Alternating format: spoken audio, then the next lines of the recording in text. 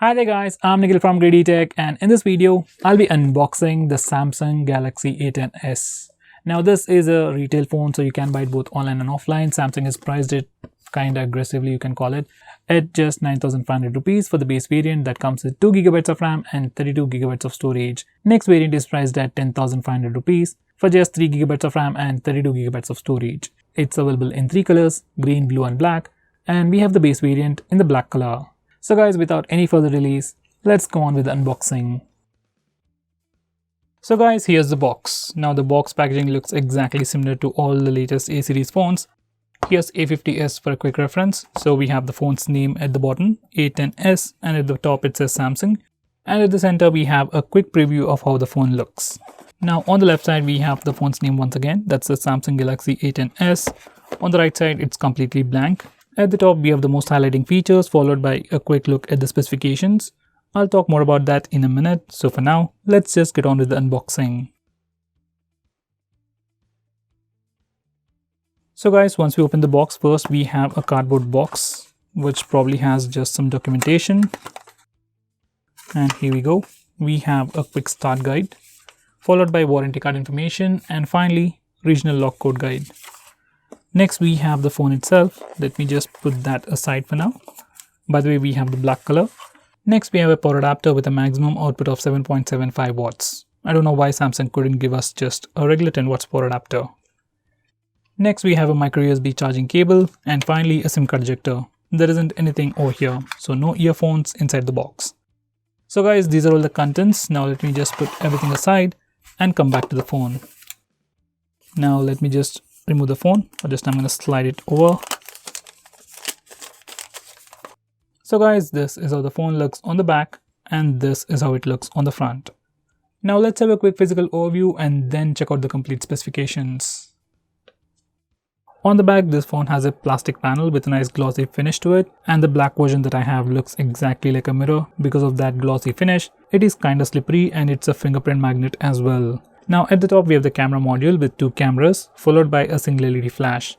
Beside that we have the fingerprint scanner, followed by the Samsung branding. At the bottom we have some specifications which are barely visible.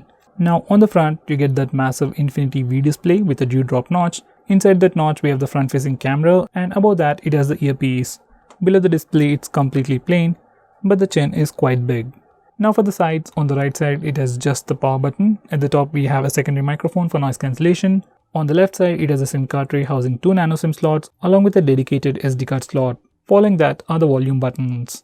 Now the buttons on this phone are made of plastic. They have a nice clicky feel to them, but I wish they were slightly more elevated and not so hard to press. Finally, at the bottom we have the 3.5mm audio jack, followed by the primary microphone, micro USB charging port and the mono speaker. Now with all that, this phone has a thickness of 7.8mm and weighs 168 grams. In hand, phone doesn't feel all that thick and doesn't feel all that heavy either, but it is definitely huge. Now for the specifications. On the rear, this phone sports a dual camera setup with a 13MP primary camera with f1.8 aperture and a 2MP secondary camera with f2.4 aperture for taking portrait shots. For selfies, you get a 8MP camera with f2.0 aperture. On the front, it is a 6.2-inch Infinity V TFT LCD display with HD+ resolution in the new 19:9 aspect ratio. Because of the huge bezels all around, it has 80.7% screen to body ratio. Under the hood, it sports a MediaTek Helio P22 processor with PowerVR GE8320 GPU. Base variant that I have comes with 2GB of RAM and 32GB of storage. It will be running Samsung's One UI based on Android 9.0. Powering all this is a 4000 mAh battery. Now this phone doesn't have any fast charging support, and it doesn't even come with a regular 10 watts power adapter inside the box. So guys, those were the specifications. Now let me turn on the phone and set it up and come back to you in a second. So guys, this is how the phone looks once we set it up and turn it on. I turn it on and set it up. Anyway, this is your default launcher, and this is the default wallpaper that comes right out of the box. This is the app drawer, and these are all the applications that come pre-installed. There is a tiny bit of bloatware, and you can uninstall them later if you don't use any of these applications. Now let's check out the storage information. So out of that 2GB of RAM, we have about 733 MB of RAM free right out of the box, and out of that 32GB of storage, we get about 21.9 GB of space for our user apps and user data, which is kinda okay considering this as an entry-level phone. Now this is the software information or the about page. This phone is running Samsung's One UI version 1.1, just like the Samsung Galaxy M10s. It is based on Android version 9, that's Android Pie, and right now, or right out of the box, it has a June security patch, which is pretty old. Now let's see the camera interface. Now this is the interface for the rear camera and it looks pretty similar to the first generation, that's the Samsung A10. Now this phone has just a single primary camera. The secondary camera is used for depth sensing to take portrait shots, but over here we have a toggle. By default it opens up with the primary camera, and if you click over here, it does a 2x digital zoom. Yes, it's a digital zoom, not an optical zoom. So it's just like taking a picture and cropping it. So I'll recommend you to take pictures only in this mode. Now if we go to video recording, we can record video at a maximum resolution of 1080p using the rear camera, and here we go. These are the settings, and that's it. Now on the left side we have the live focus mode, which is portrait mode for the rear camera, and we can also change the amount of background blur effect we want before taking a picture. Next we have pro mode, and finally panorama. Camera interface seems to be slightly slower. I never had such an issue, especially with the Samsung phone.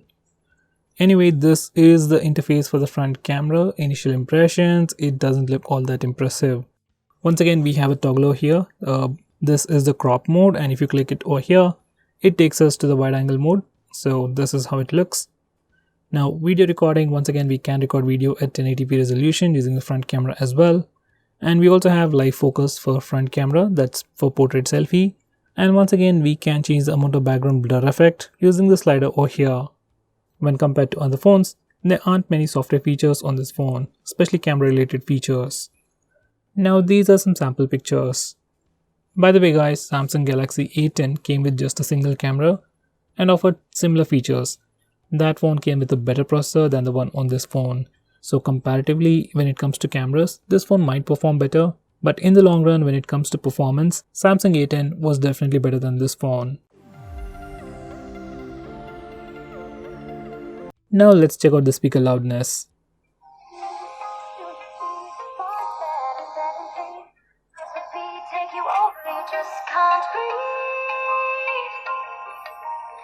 Do you feel your bones start to shake? Do you feel the earthquake? Do you feel your bones start to shake? Do you feel the earthquake? Do you The only thing I can see is my own silhouette. I'm getting stronger, step by step. The clock is ticking, but there's no time for me. I've been flying from town to town.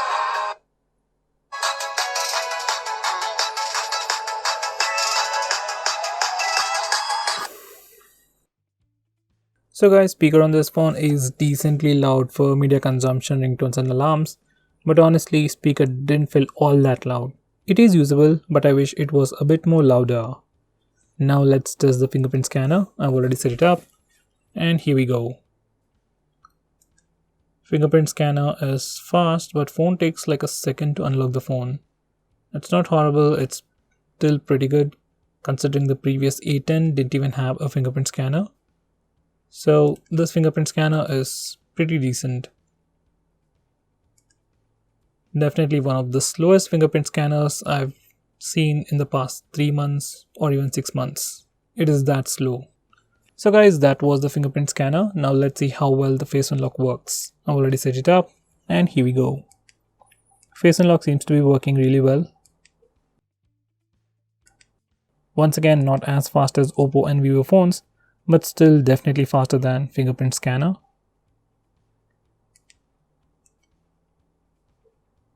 So in good lighting conditions, it is pretty fast and usable. So let's test it in low lighting conditions. Even in low lighting conditions, it is pretty fast. It kind of depends on the lock screen wallpaper also.